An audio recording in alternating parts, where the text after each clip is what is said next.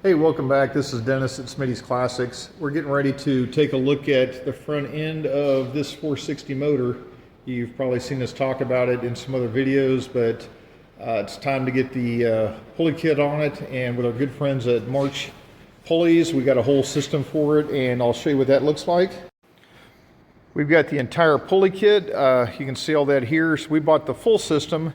The full system includes all of the pulleys, the power steering pump, alternator, compressor, a new water pump with that. You should be careful when you check those. If you're going with a reverse flow water pump, always make sure you check the fan. If you're using the standard fan on the front of the block, you'll want to change that to reverse flow fan. Otherwise, you're trying to blow water or blow air into the radiator instead of through the radiator.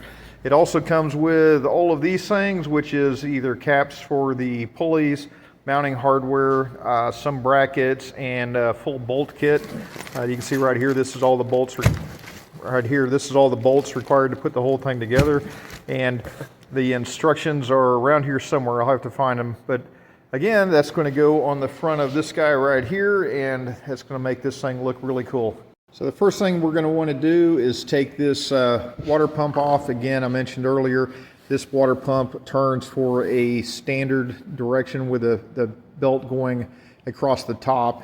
In fact, if you're ever curious if you've got a reverse or regular flow, the belt will always go across the top of the pulley on standard, and it will go under the pulley on reverse flow.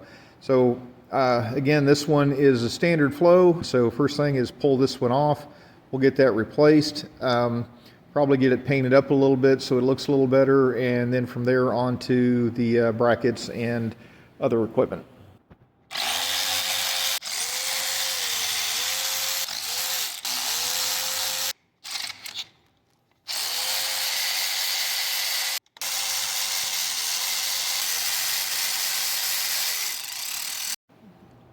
As you can see here, it was all broke in, but after the break-in process, everything was drained out of it, but you can see there just all kinds of calcium buildup.